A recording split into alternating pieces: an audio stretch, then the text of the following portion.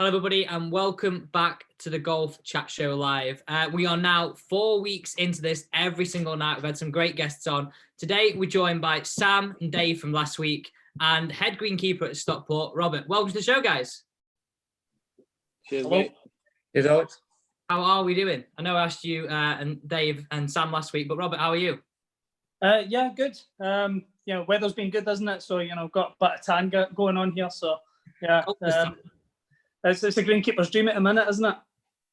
I bet. I mean, there's so many things and so many questions that we've got to ask you. I'm sure Dave and Sam have as well. But we were just reading before coming live that there has been some input in place where once golf course is open, and I'm sure you guys were doing this at Stockport beforehand.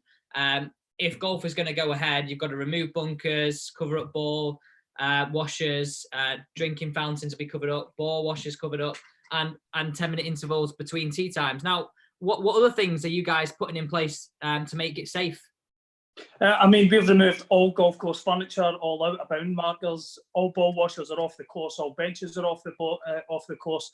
So essentially, we're not leaving anything artificial out there. So unless it's it's grown out the ground, we're removing it if we can do. So when you guys come back, the only thing that will be there is maybe one tee marker and perhaps the whole cup and flag. That's all we will put on the golf course. There'll be no rakes for you, and obviously bunkers are going to be out anyway. So are you just like the old-fashioned rake it with your club? Is that what? I think so. Yeah, I think that's the best thing to do. Some people have been saying that bunkers should just be out of play, but we just go back to standard golf the way it used to be. You play it as it lies. It's a hazard at the end of the day, and inconsistency is what you get. You'll be happy with that, being from Scotland, won't you? Back to tradition and all that. That's it. We'll call them the Scabland areas, isn't it? So we just need to throw a few sheep on the course and it'll be proper normal. So Dave and Sam, with the R&A putting this out and the PGA and England Golf being behind this, it means we must be pretty close to getting back out on the golf course.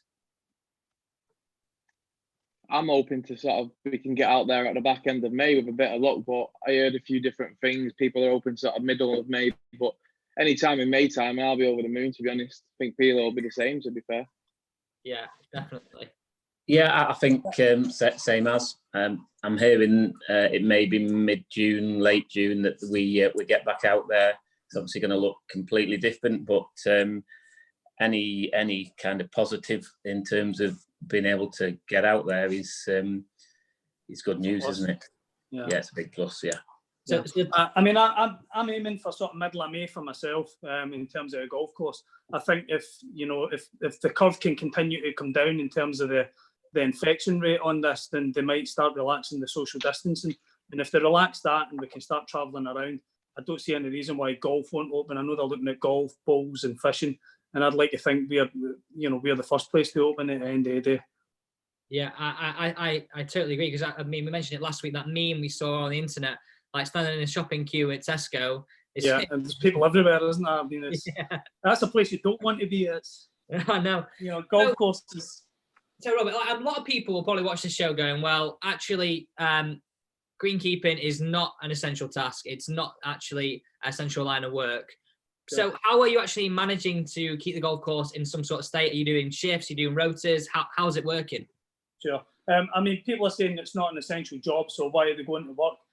But we can't take our job home with us, can we? If this was the winter time, you could maybe argue a case. The grass isn't growing. We don't need to be there. But this time of year, everything's starting to come on. So if we weren't at work, then the place would just be overgrown in a matter of weeks. But in terms of managing the course, we're trying to keep to guidelines as much as we possibly can. So it's about low maintenance, cutting the greens 2 or 3 times a week as opposed to cutting them every other day or every day. Same with the fairways, keeping that down to just once a week. But with the weather being the way it is, the grass isn't growing too much. So the course looks fantastic because the grass isn't growing. So when we do our cuts, everything looks great. It's nice. It's clean. It's pretty easy to maintain it when the weather's been this dry. But now that the rain's come, there's going to be a little bit more grass kicking around. With less staff, that's when our job will start getting a little bit more difficult. Like skeleton staff out there, have you? Yeah, at the minute we've got 3 guys on furlough, so we've got 3 greenkeepers and the mechanics hanging around just so that he can look after any issues that we might have with equipment, just to make sure we keep running. He's getting his workshop in order and making sure that all the machines are sort of tip top. But us 3 guys, we go out and we'll just try and cut everything as best we can. We're not looking to present it anywhere near spectacular. At the end of the day, we're just trying to maintain it at a height of cut that's manageable, and so that we can bring it back when golf gets reintroduced. I think if we get a couple of days, a week's notice, then we should be able to give you a decent golf course by the time you guys come back. Certainly there'll be less divots on it, that's for sure. Because, I mean, like, with no golfers on there, no pitch marks, no divots, it must be like paradise at the minute. Yeah, exactly. I mean, there's still plenty of traffic on the course. The public have taken it as a public space now, so yeah, you're still seeing plenty of movement on the golf course. There's still plenty of people walking around on there, and that kind of makes it feel a little bit normal. Yeah, you do miss the golfers sort of hitting balls at you, but yeah, no divots, no pitch marks. It's nice to see that on the greens. Pitch mark free greens is quite a nice thing. So I don't know if Dave and you and Sam saw this. I saw on Twitter yesterday, Walton Heath, some absolute idiots driving around on motorbikes and absolutely destroyed the golf course. Like, I'm sure there's probably a lot of places that are probably worried about that happening on their golf course. Idiots thinking it's fine because no one's there to go and ride the scrap bikes around it. We've had guys on with mountain bikes. A few guys on drinking beers and things like that. But what's happened at Walton Heath is just, that's horrendous. I've experienced this personally in a previous position where the motorbikes had got onto a golf course, and it can be repaired reasonably quickly, but it's just something you don't need. It's decimating, when it comes across your greens. There's another golf course that's had fires on it. They lit fires on 3 of the greens. So just clear vandalism, it wasn't ignorance. They knew what they were doing. But in this situation, in terms of what can you do about it, so just about trying to maintain your boundaries as best you can. We are security while we're there. So when they say that, we can go for security reasons, that's just being present. So by being present, that's hopefully going to put people off from coming on with motorbikes. But we can't do anything once we go home. If someone decides they want to get a motorbike onto a golf course, 9 times out of 10, there's always a way in there. Yeah, I'm sure. So, but it's not good. I feel for these guys down there. The course has took a bit of a beating. What will they have to do to get it back? How quick is it to get it back? To be fair, it's not that bad. Although they've ripped through the greens with a motorbike, all those little pieces are tough. They can piece them back together. When I did it on the previous day, I just put one guy on the green, and he was just there with a fork, like dinner fork, and he used that instead of using a large fork, and he just pieced all those little pieces back together. We closed the green for the day, and you can see the mark. Like, I kid you not, within a week, you wouldn't even have known. You can see a slight mark on the green. It healed up that well. Got to manage the water, make sure there's plenty of moisture in there. But yeah, it healed up pretty quick. Grass is resilient; it will grow back. At the end of the day, it's a living entity, so it recovers pretty fast. So Dave and Sam, when we get back to golf, do you think there'll be certain members that won't come down? I mean, we just got a question here live from YouTube saying it'll be interesting to see how many senior golfers will return to play and younger golfers. What do you guys think on that? Will people be a little bit precarious and wary of it all? I would have said so, Alex. I think again, the regulations that are going to come in when courses are open, we're going to have to abide by social distancing. As I said just before, golf isn't going to be the same as it was before. So the elderly or the vulnerable golfer is going to have to be very careful playing golf. Simple as that, really. Again, I don't know how that would. I can't speak for Stockport or other courses, but I think the regulations that will come in will probably have that included as well. Sure. Sam, you probably won't think twice about going straight back out to play, will you? No, I'll be straight there the first day it's open. But I was chatting with my dad today, and he was saying, when he was going back playing, he'd kind of think twice about it, maybe. But no, not for me. I'll be straight pegging it up. Probably the first out there at first light. I think we need to auction off that first tee. Auction off the first tee. See who's going to pay the most to get on there first. Get a clean course ahead of them. Yeah, I'll take the first big chunk out of it anyway.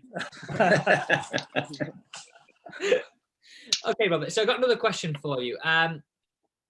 What is the daily process at the minute? I know you mentioned you're not cutting greens every single day, but what is your daily day process? Are you going out looking at maintenance? I know you're doing some tree work at Stockport at the minute as well. Is that continuing?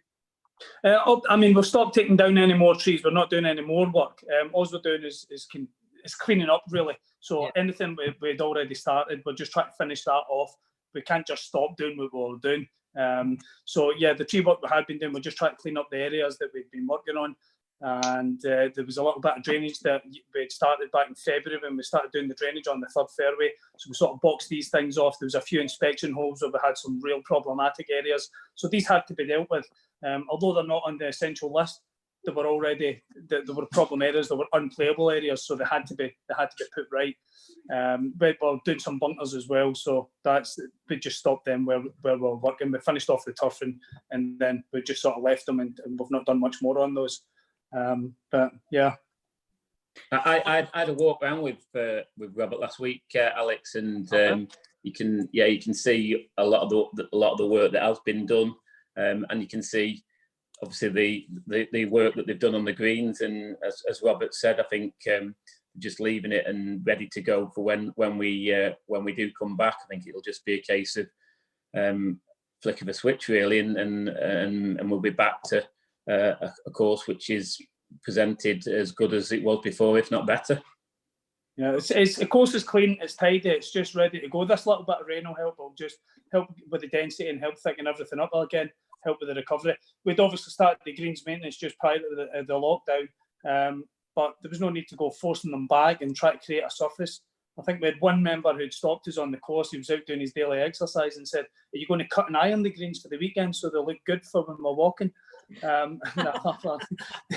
They just want it all the time, don't they? Even if they're not putting a ball on it. So was that Sam? Was that Sam? That was John at that moment. Are we going to name the member or what? No, we wouldn't do that. No, that would be out of order. I wouldn't dare say it. I saw the tip of my tongue. So, is the golf course going to be much better because of this rest and because of the work you're going to be able to do in this period? Are people going to be coming back to the golf course thinking, "Wow, this looks really good"? I think the only real difference is your tees are going to look a lot better, I would imagine, because there's been no play on them, so they'll get a chance to recover 100%. The greens will be where they would be at this time of year. We've done the maintenance as we would have done. The greens wouldn't take so much of a hammering. With golfers just walking around as normal. So you'll see less divots, you'll see less marks and pitch marks. But yeah, the course will just be where it's meant to be at this time of year. So you might just have a few high wear areas might recover a little bit better. So around the green sides, in between bunkers where there's a lot of high traffic in the winter periods, they'll just come back a lot faster. So yeah, the course, we've changed things a little bit. I've been there since last summer, and I want to try and put my own stamp on it. So, I only got a short summer last year. So the course will look different. The course will look different just because it's different, because I've presented it in a different way. I've introduced a new style. So hopefully hopefully people like it. Hopefully they like what I've done with the place and what I'm trying to actually create there. Dave walked around, he seemed to approve of it. So I hope that goes across the board. Because Sam, so you're a pretty new member, aren't you, Stockport? So what were your first initial thoughts? Did you join just as Robert started, or were you after that? No, I joined just before Christmas, and I haven't been down there since lockdown. Last time I was down there was the Monday we went on lockdown, and I probably won't go down there until we're allowed to play. So it'd be quite interesting to see how much the course has come on and how much it is looking, different from the last time I was there. But I've known Rob from Northington when I was a member there, when he was there a few years, and he turned that place, he made it into probably a very good golf course and presented it really good. The greens were fantastic, and I can only speak highly of him to the Stockport members, especially when they get a little bit frustrated when he does the maintenance, or you know what golf members are like. But he'll definitely get it right, I'll tell you that. Yeah, because we'll put a 20 in your top pocket for that, Sam. Cheers. Yeah, man, just bank transfer it me later, pal. Good man. It's true though, isn't it? Like you get the wrath of some people, don't you? Sometimes if you do the greens, they're not quite cut or whatever, you've done maintenance at the wrong time. People don't like it, do they? But at the end of the day, you've got to prepare the course for whenever we're in the middle of the summer. It just depends whether they're shanking the ball or not at the end of the day. If they come in and at the end of a competition, I go and seek out the guy that came first. He loved it. It was the course was in great condition. The guy that came second, he's generally not too happy. So yeah, it's, you know, you're not going to please all the people all the time, and there's always a difference of opinion. You know, this is just golf. This is politics for you in golf courses. You just kind of got to ride over the top of it, you know. Yeah. Just stick to your guns, and, you know, try and do what we know is the right thing to do, as opposed to just trying to bow to the pressure. But yeah, it's, you know, that's golf for you. There's 400 bosses in there at the end of the day. Because I know when I just left, you started to like shave the back of the greens, and I remember the picture that you put on Instagram, I think it was, of the 4th to the 5th, and I didn't even like recognize it. I was like, "Where's that?" Yeah. I can't remember which way it was now, but it looks so good with it all being the same length. It's shaved. Is that kind of what your vision is with it? Well, the idea was to just cut everything back and see what was there. You know, I believe that the landscape should be your golf course, and I think that if we've got stripes everywhere and we're weaving fairways in and out, sometimes I think that's trying to add interest when there is none. But Stockport's got lots of interest. It's got lots of landforms, so let's try and show off the land for what it is. And I think just nice uniform turf with nice straight fairways is the best way to do it. But certainly round about the greens, this has been neglected over the last sort of 20, 30 years. Is people just let the grass grow round the greens. And I think if you go back traditionally, golf was very much played in and around. It's your chipping, your short game. As these guys will tell you, it's all about the 150 yards in. So making sure that you've really got to win your points if you're just off the green. So yeah, I want to give them a nice tight lie, and I want to show off the course in its best light, show off those original features that were first put in by the architects. Sure. Don't hide them under the rough, you know. They're always buried in the rough, and you don't see these things. But it looks good. It looks nice, I can assure you. I know Sam and Dave last week said, I said to them, like, okay, if you had to change one thing about the golf course, what would you do? And they both said, if you could, lengthen it a little bit. So, boys, where do you two think, so Dave and Sam, where do you think you could add the length? And then we'll see what Robert says. Go on, Peter. I'll let you throw a couple in there first. I know where I do mine.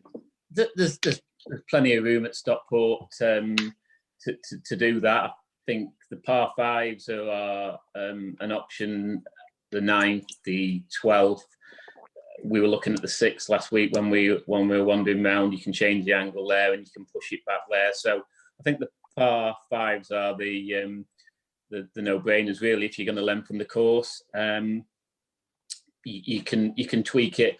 Like I said, there's room around the perimeters of the course to tweak it. But for me, it would be the par 5s, and then look at reshaping some of the holes with the tree lines. Sure. I agree with the 6th to 12th. I don't think the 9th that lends itself to being lengthened. It just becomes a blind drive the further back you go. You want it raising, don't you, Robert? I think I would raise that a little bit just so that you can try and see where your landing area is. That's generally how course architects look at a course. That, you know, they want to see where your destination is. You really don't want a blind drive. That's something that, you know, any golf course designer will try and avoid. So for me, I wouldn't go further back on 9. There is scope there to get that length, but you lose your ball once it goes over the hill. You don't know what you're looking at. So that's just personal opinion at the end of the day. But there is scope there to get the yardage. Sam, where were you thinking? Yeah, I would have said the same. I thought 6 and definitely 12. I think 12 plays too short, and I'd like to see a longer par 4. I don't know where you could potentially throw it in, but apart from I think the fourth lends itself to being lengthened. Right, does it? I'd rather see that shortened because it's a bit hard, that hole for me, so I wouldn't mind seeing it play a bit shorter. You're trying too hard, you're hitting it too far. But no, you know what I'd like to see? I don't know if it's ever possible, but I'd like to play like 13, like another quite a bit back where you can't actually drive it down the hill and I have to play from the top and up and over. I think that'd be better for me, but at the minute I can just whack it up the right as far as I want. Look at this now, fully just throwing it in. I'll hit it as far as I want. Well, if you wanted 13 lengthened, you're going to have to play off the road, aren't you? Yeah. Well, there's a few trees back there you could take out. You like taking out the trees, don't you? Yeah, well, you wouldn't get much, would you? Yeah. I guess you'd get a few yards on it. It wouldn't make much of a difference, I don't think. Yeah. Robert, I've got a question for you, coming live from YouTube. It says, any greenkeepers got any ideas on hole and flag during the COVID situation, and or any manufacturers that you're speaking to in the industry doing anything to try and come up with something? Yeah, there's a couple of ideas floating about out there. There's one that I think is particularly good. They've designed a little cup within the cup, if you like. So when your ball goes into it, you just use your putter It's got a little hook on it. You lift that and it just slides up the flagpole and it just pushes your ball out to the side. I think that's particularly decent. I've not seen anything else which really rivals that. So if anybody's seen that online, then that's definitely something that we need to be looking at. Yeah, I saw that one actually on Instagram. Actually, I can't remember who was advertising it. It was a real good option. It's kind of got like a circle around it and the flag, hasn't it? And it's best way, it's like a small mini golf hole inside the actual it's like hole. a little cup. It's just slightly tapered. Hello. I've got you, Rob. Right. My battery's on its way out. Hang on. You're all right, Ken. I've got 20%. It should be okay. I'm fine. All right. So you were saying it's like inside the hole, is it? Yeah, it sits at the bottom of the hole cup, so you can put into the hole properly if you like. So you've not got lip out, which is going to be a problem when we come back. And it's just got a little length and a little tag on the top of it, and a little hook, so you can just put your putter on it, lift it up, and as it comes up, your ball just gets kicked off to one side. And yeah, I think it works really, really well. It might even be something that we can try and make in-house. We need to see what's lying about and see if it's something that we can try and manufacture. Because I know you and Dave and Sam, if you were playing with those smaller holes, I know you mentioned lip outs then, it just doesn't look like the ball could go in. I wouldn't be stood over it very confident, with the hole upside down and you can see everything. Shallow. So that'd be a great option. Yeah, it'd just make it feel normal as well. And I guess, a lot of people they're having a bit of a moan when we turned them up the first time. They weren't happy about it, saying this is ridiculous. And, that's golf. You want things to stay as they were, don't you? So yeah, if we can make it as normal as possible, then I think we have to look at it. Yeah, I think these regulations are, I think, apparently are saying when you can't touch the flag stick. So there's going to have to be some change to how you put out or how you hold out. The ball, retrieve your ball. Yeah. I mean, the one thing that will probably go against that, I don't want to be a pessimist or anything, but is every golf ball is touched by someone, and every golf ball ends up in that hole. And when you take that golf ball out the hole, you then pick it back up. So that's the only thing that I can see being a negative for golf. Rob, don't mention that. Shh. Right, okay. I'm joking. We'll leave a bottle of disinfectant hanging from every flag. Well, that's true, actually, isn't it? I never thought about that. I mean, maybe people suggested to leave their glove hand on and only touch it with the glove on. They can introduce rules for these things, or we can stipulate that these are the precautions that need to be taken. Yeah, I think keep your glove on. That's something that can be done. We're all going to have to get used to new ways of doing everything, aren't we? So I think that's going to apply for golf as well. I think it's going to be weird that first time we go back, and we will probably still be doing these kind of rules when we're playing our medals or Stablefoods, and you're actually playing around where you've got either a hook on it, hold upside down. It's going to be interesting. Yeah, it's going to be something else, isn't it? So I don't even think there'll be competitions, Alex. To be fair, I think it'll be social. I think it'll probably be social golf. I think we're looking at 2-ball social golf only. The no comps, so it'll be And do you think that'll just be members only? Because I had this listen today to somebody that I think my golf course priority is just to get the members who are paying membership each year, to get them back on the golf course first. I know it's important for some places to get revenue in and green fees, but that getting green fees, getting revenue is okay. It's good for the club in terms of the bank situation, but at the end of the day, you've got to look after your members. And how do you stipulate who comes on the course and when if you open up to visitors? Well, the demand's going to be very high, isn't it? So you're going to have to give members the first priority, and that's going to have to happen for the foreseeable future until, again, depending on what happens and if they change or relax things slightly. But you've got to prioritise the members and make sure that they're getting value for money, or at least being able to access the golf club at any time. I think they're probably going to be using booking systems as well to get on the course, so that's something that will probably be coming in as well. Can you see the pro shops opening, or do you reckon it'll be somebody stood by the first tee and making sure who's actually turning up are members? Because there's going to be some people that are going to try it on, aren't there? People are going to try and get on golf course somewhere, maybe not Stockport, but other places around and locally. Well, somebody's going to have to marshal it, aren't they? Somebody's going to have to deal with the booking system and the tea times, whether that's the office or the pro shop. That will be decided by the club's committees, etc. I couldn't really comment, but I would say somebody needs to run the admin of it. Yeah. So next question for you, Robert. When you started at Stockport, I know you had the idea of stripping it all back and getting course designs in there and putting your own stamp on it. But what about the golf course do you like the most? What do I not like about it? It's everything about it. I love the subtlety of the greens. The greens are just, everyone says, the Stockport's greens are the protection. But they're so subtle. You don't see the undulations on them at first viewing, and it's not until you start, looking at them and managing them. And I'm trying to extend them a little bit. But the greens for me are just they're fantastic. The surrounds on them are just they're unbelievable. So I just want to show this golf course off the best that I absolutely can. But yeah, for me, I think they're the standout is the greens. When you get up close to them, have a look at them, they're something else. Yeah, the fourth and the first can be sneakily away from you if you get on the wrong side of it. Yeah. There's a couple at 15 as well that runs away for at the back. You think that's most greens sort of face you. 15 runs away from you. You come in there too strong, then you're off through the back of it again.